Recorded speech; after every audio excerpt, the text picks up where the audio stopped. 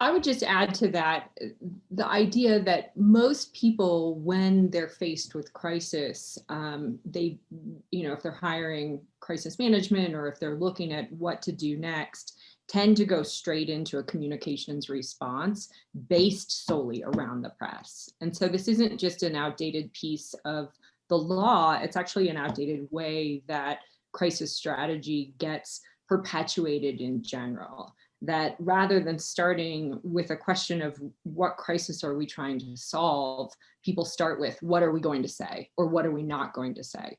And we think that response of what to say or not to say is so much further down the road than simply diving immediately into the commentary part, that a crisis begins well before that, and that solving the crisis begins well before thinking about what it is to say.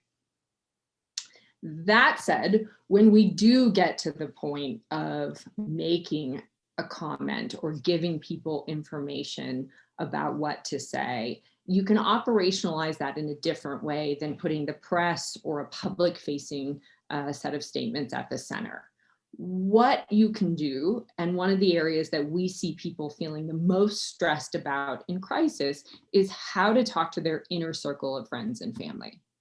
And that feels so obvious, and yet if the prohibition in a major crisis has been to say nothing or don't mention this to anybody or things are too sensitive, and someone goes home to their family, you've given them no pressure outlet, and it's almost impossible to think that they're not going to say anything. So one of the things that we suggest is to identify overlooked communications. So crisis never just happens to one person, it happens to an entire circle of people. It's not just about giving the leader the appropriate thing to say. In some cases, an overlooked communication is about talking to the people around that leader and telling them what they can say. As we've said already, PR messaging often only addresses one very narrow form of communications. And so looking at different kinds of overlooked communications that can occur give people a way of talking about and experiencing the crisis differently. So that could be what to say to their family, what to say to their friends, what to say to their colleagues, how to address, we always call it the grocery store communication. What happens when you bump into someone in public and they ask you something specific about the crisis?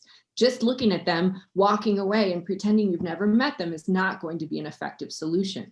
But putting in that person's pocket a few things they can say, or putting in the pocket of their spouse a few things, a few talking points that they can say in those instances can really relieve pressure and help you control the narrative.